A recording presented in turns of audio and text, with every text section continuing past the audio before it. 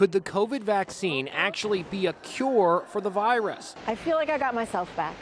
I do. Judy Dodd, an English teacher from New York, was a COVID long hauler. Diagnosed with the deadly virus last April, she says she never recovered. The fatigue, the shortness of breath, heart racing, it just went on for months and months, and it became, my new normal. Then she got the Pfizer vaccine. The first vaccine, I was miserable for 3 weeks afterwards. I had a fever, I was exhausted, it was horrible. I had to be persuaded to get my second vaccine. And after her second shot, I woke up and it was like the sun was shining. It was a beautiful day. I hadn't felt that good in almost a year.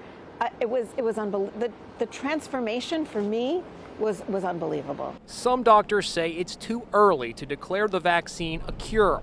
The matter is now the subject of intense medical research. So there have been several studies that are now suggesting that COVID vaccine could potentially have some positive effect on COVID long haulers.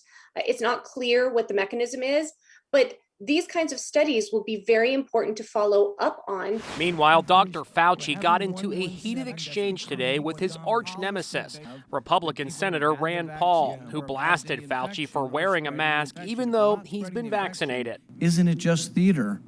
No, it's not. The vaccine and you're wearing 2 masks. Isn't that theater? No, that's not. Here we go again with the theater. Let's get down to the facts. You want to get rid of vaccine hesitancy? Tell them they can quit wearing their mask after they get the vaccine. Well, let me just state for the record that masks are not theater.